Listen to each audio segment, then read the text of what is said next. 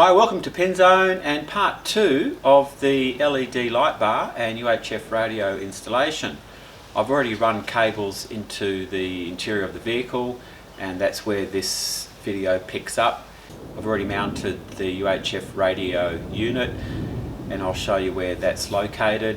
I've already mounted the handpiece, so I'll show you where that's located. Again, I had to try and do as much work as I could.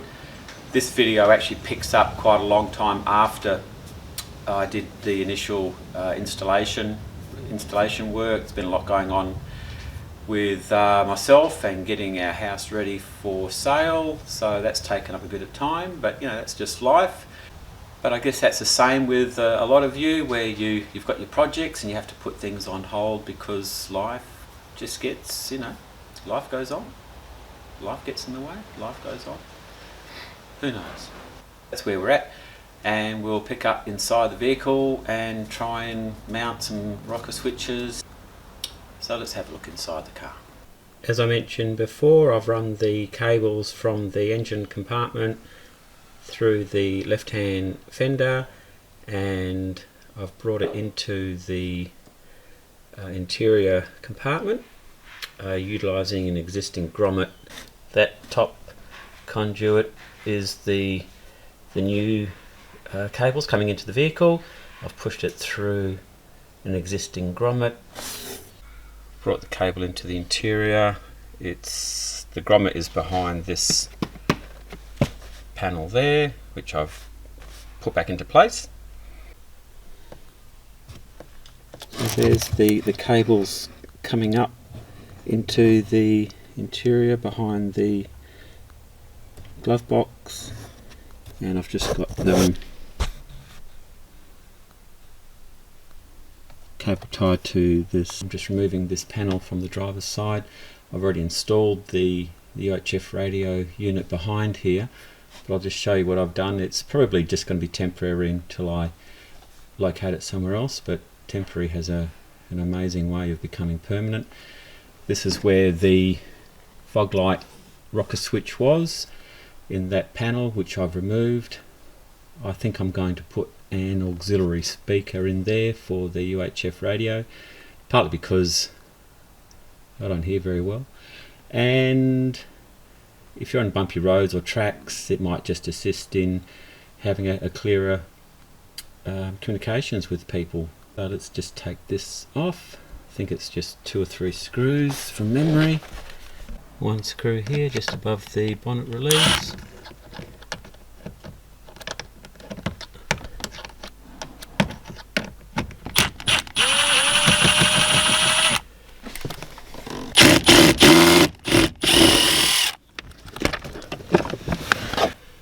That's the UHF radio unit itself. I've got the cabling going into the back with power, the aerial and the handpiece, the microphone connections.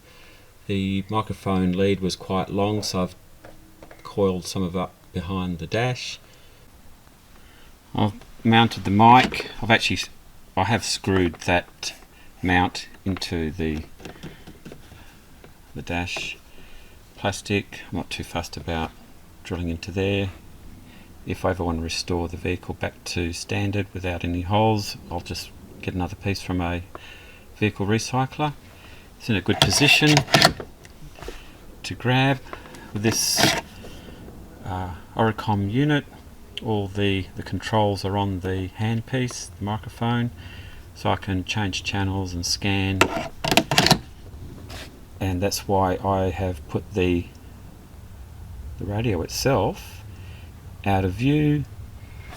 The curly cord for the microphone is pretty much all that is coming out from behind the dash. Just going to lift this up, gear stick boot, elevate all these things. Maybe I can just rotate it, put it out of the way instead of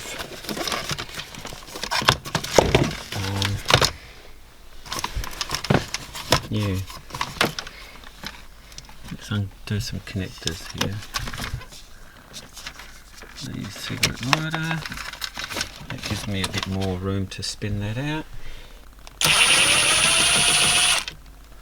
And where shall I put those? Who knows? Put them on the seat. This one also.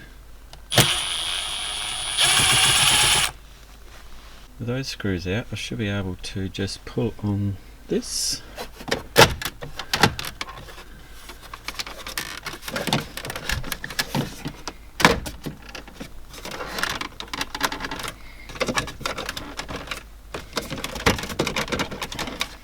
Excuse me while I get some tools.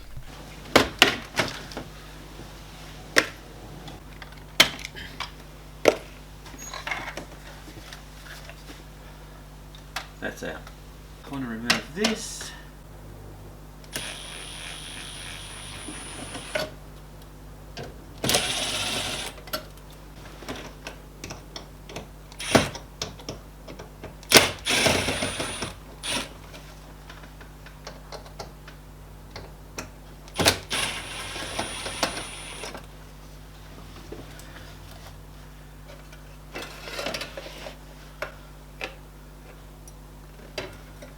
Got a couple of earths there, so I might just take the storage compartment out and return that frame, that bracketry in there, and I can retain the earths, or I can just connect another earth terminal into there.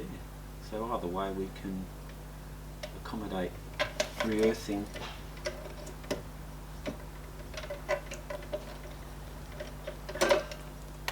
That earth there is actually one that I installed myself because I need an earth for some of the switching.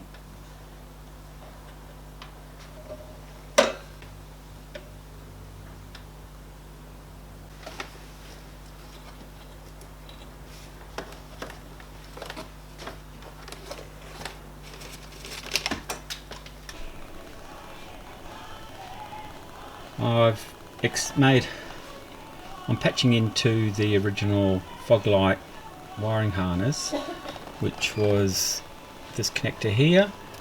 I'm relocating the fog light switch to the center console, and I've made a harness which I'm just going to put, these are just bullet connectors, and I'm going to put the female end of the connectors on this side. I'll trim those off. I don't have the exact same cable colours, but I'll just label them so I know what's what.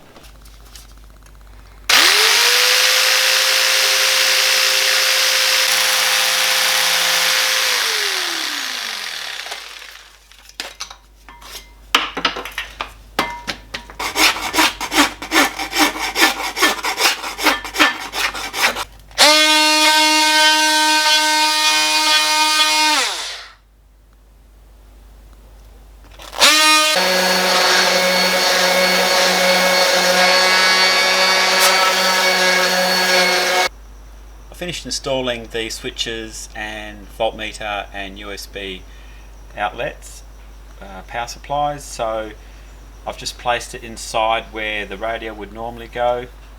I've taken out the compartment, the storage compartment, and wired everything up. There's no spotlights on the vehicle. I do have the LED light bar, but there's no spotlights, but I did put the spotlight switch in, which could be swapped out for operating something else if I need be, reversing lights, and that's pretty much it. The voltmeter and USB ports are connected to the ignition. Battery voltage at the moment is 12.4. So that's the switches connected to the lights so that they illuminate when your lights are on or park lights are on. UHF radio, on-off switch. I've just put that in for the moment. I may eventually just have the radio continually running off the battery. It's just another fail-safe in case I don't turn the radio off. But again, you have to remember to turn the switch off, but at least it's illuminated and you can see it. The spotlights aren't connected. I don't have spotlights connected. The LED light bar is connected, and that illuminates when it's turned on. There is a fault with this fog light switch. The fog lights work, but the illuminator for the power on isn't working, so I might just send that back, get a replacement. But otherwise I'm happy with the installation. There's lots of wiring in the back behind the panel. This is just a plywood, bit of 3mm plywood that I'll probably paint black. I think black's a safe colour. Ties in with all the switches and the surrounds. Makes that a bit more subtle. I had to do a little bit of rewiring of the relay for the fog lights, because the original OEM fog lights were... Just turn that off. Turn the ignition off. The original OEM fog light switch earthed the relay, and when I connected it to the Carling switch, it didn't allow the lamp to come on, because it was basically putting an earth on both sides of the LED lamp. I've had to rejig the relay so that the switch is actually supplying power to the relay, and it's earthing the coil on the opposite side, and it's working fine, except that I just got to swap out that switch. I'll turn the radio on, and that's the Oricom radio with all the controls on the handset. Your volume and channel by pressing the rotating knob. You can go from volume to channel and scan, and hopefully I won't get any obscene language when it finds a channel, but there you go. Found a channel. No one's talking. Dog's upset. Squelch.